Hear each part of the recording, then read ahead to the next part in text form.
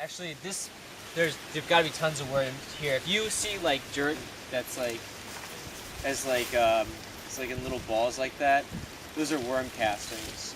So that's what I guess worm poo you could call it if you wanted to. But it also usually means the soil is in excellent condition. And this is a nice dark rich soil. So. Oh, can we just point out that pecan that's down there on the ground? Right there by your hand. Oh yeah, cool. Something got in there. It's been eaten by a bug, but this is a hardy pecan from that tree right there. Actually. Which is not his best hardy pecan apparently. But they're a little smaller, but they have much richer flavor and they have more oil in them. So apparently they're very good. Right, so when you look at these, like, when you look at a tree and you're gonna like gauge how large you want the root ball, this is hard to do because it's a shrub, but maybe you want to look at the base of the trunk a few inches off the ground, and whatever the diameter of that trunk is, you want to make the root ball that diameter, except you measure the trunk in inches, you want to make it that diameter in feet, so you multiply it by 12. And that's how you decide, what is this? That's how you decide how big you want the root ball to be.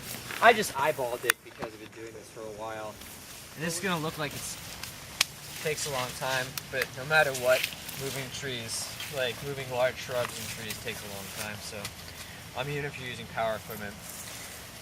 So now we have like a pretty good sized root ball that we're working with, maybe a little bit too big, but that's okay. Jason, these two look like they're going to compete for the same root ball. Is that right? The root system kind of. Yeah, actually, I should cut it in the middle and move the root ball out first. So that's a really good point. If two things are really close together, then you can make like root balls eccentric. So I just got bitten by something. And so like, we'll move it out a little bit this way and we'll cut like straight in between the two plants. Equal distance.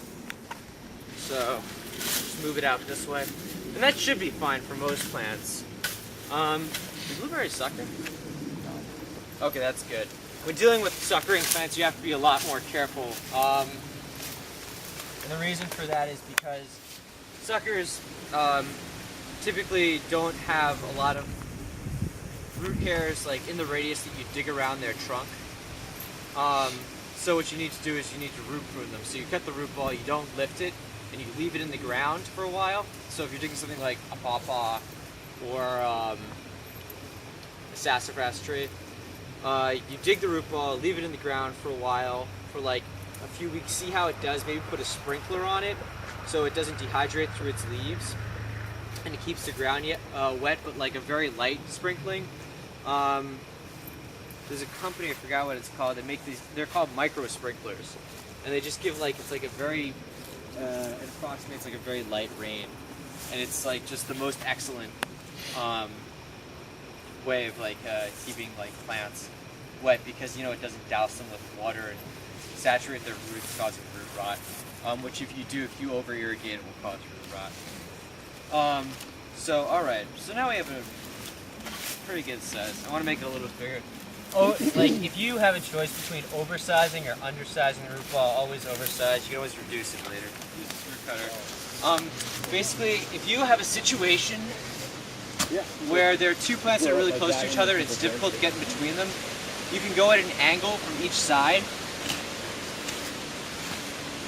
And that way, so like you'll go from this side, and then you'll walk over to the other side and crisscross that. Like so. And this just separates the roots, carves it out so that all you have to do is lift it out.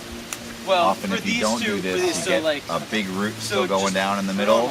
You try and lift up the root ball and it's still attached and oh, it's a mess. Like when you're this close.